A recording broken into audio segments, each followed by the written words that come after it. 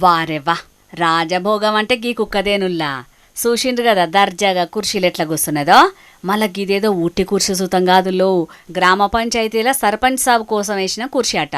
అగో సర్పంచ్ సాబ్ కుర్చీలో కుక్క కూసునుడేంది?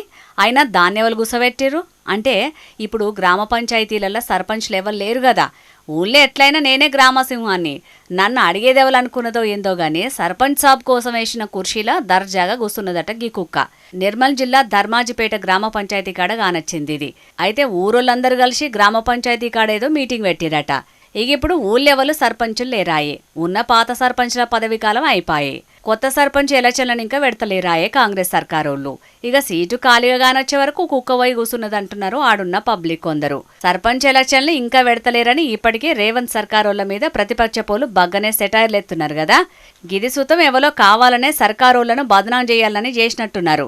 లేకపోతే కుక్కవై కుర్చీల కూసునుడేందని అనుకుంటున్నారట గీ వీడియో చూసిన చేతి పార్టీ లీడర్లు.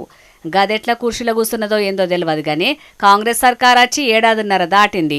అయినా ఇప్పటికి సుతం సర్పంచ్ ఎలక్షన్లు పెట్టలేదు. ఊళ్ళేదన్న సమస్య అయితే ఎవరిని అడగాలి, ఎవరికి చెప్పుకోవాలి అని గరమైతున్నారు పబ్లిక్.